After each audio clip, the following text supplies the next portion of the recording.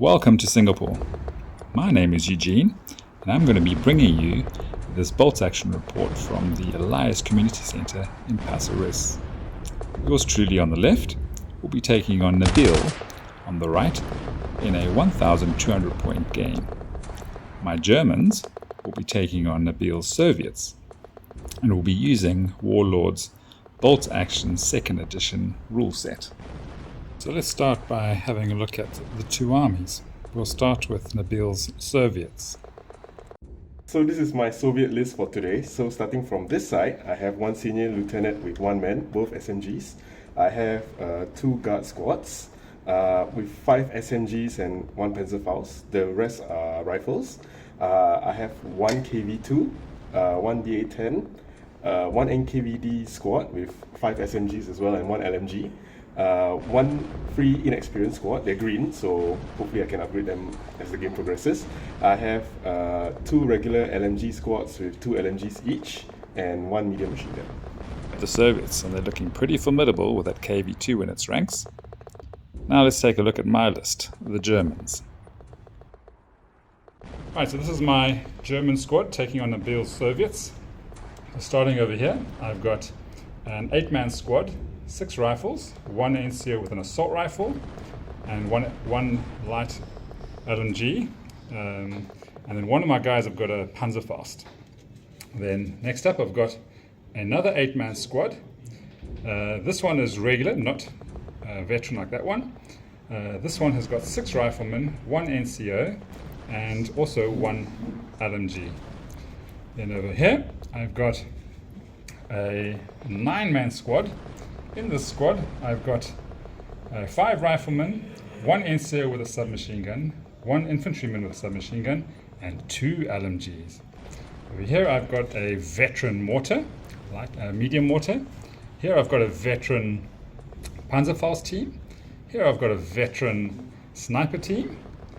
The Panther Alst A is veteran, and then my commander, my first lieutenant, is also a veteran. Both of them are carrying assault rifles. So that's my German list, and I was hoping that my Panther would have an impact in this game because it sucked a lot of points and left me with only 8 order dice. So this is our table. We chose to play a winter December 1944 game set in the outskirts of Budapest, with the 2 main features, apart from the buildings and tree lines, being the traffic circle center left and the canal to the right of the photograph. So we started off with selecting a mission, and Nabil rolled a 5, which gave us the top secret scenario. A Soviet defector was wanting to hand over papers to the Germans. The mission was to retrieve his briefcase and carry it off your own long table edge. While his motivations were unclear, the Germans were desperate for anything that would give them the upper hand in the city. By now, Budapest had been reduced to rubble, with ferocious fighting breaking out all over the city. Arthur's unit, the Panzer Division Feldherrnhalle, had been mauled in a battle against the 108th Soviet Rifle Division and had taken up defensive positions around Matsibani Square. Food supplies were running low, as were fuel and ammunition, but Arthurs was determined to make the rendezvous, knowing that whatever intelligence that Soviet officer was bringing could save the life of his men. That evening, his radio crackled to life again. The Soviet officer was caught in a crossfire and crashed his vehicle in the middle of Matsibani Square. Arthurs faced an almost impossible task: to retrieve whatever intelligence he could from that vehicle before the Soviets could retrieve them. To do this, Arthurs gathered his most elite SS Panzer Grenadiers from whatever remained of the Grenadier Regiment Feldherrnhalle, as well as a Panther from the Panzerabteilung for support. Little did he know what was about to unfold before him. As his ragtag unit approached Matsibani Square, they spotted the defector's vehicle, which crashed right in the center of an intersection. Ordering his units to approach with caution, his men advanced slowly towards the vehicle. The Panther tank took up positions in the rear of the formation, positioning itself down the road leading to the intersection. As the formation crept forward, a thunderous boom bellowed from across the square, followed by a giant explosion in the middle of the German formation. KV-2 had let loose with its 152mm heavy howitzer, and its high explosive shell slammed right into the front armor of the Panther. The German Panzer burst into flames, but its crew was able to put out the blaze. The attack had left the turret of the tank jammed and its crew stunned. The German contingent had unknowingly walked right into a Soviet advance to secure the square. On his left and right flank, Althus spotted dozens of crack Soviet troops advancing towards his position. The Soviets, comprising crack elements of the 49th Rifle Division, were methodical in their advance. Squads made sure to clear every building in their approach to the square, chucking grenades into buildings and spraying anything that moved before them with submachine gun fire. It was a matter of time before they encircled Arthur's men. He knew that he had to take immediate action if he was to secure his objective. Arthur immediately ordered the Panther to return fire on the KV-2. The German Panzer let loose with its high-velocity 75mm gun, but the shot was aimed too high and the shell whizzed past harmlessly over the Soviet tank. Its machine guns then opened up against the advancing Soviet squads in an attempt to stem the incoming horde. The German mortar fired shell after shell to break up formations of Soviet infantry, covering his Panzer grenadiers as they approached the square. By now, the Soviets were well aware of Althus's intentions, having spotted the crash officer's vehicle and were now skillfully moving to counter his advance. Relentless Soviet machine gun and rifle fire swept the ranks of the Panzer grenadiers.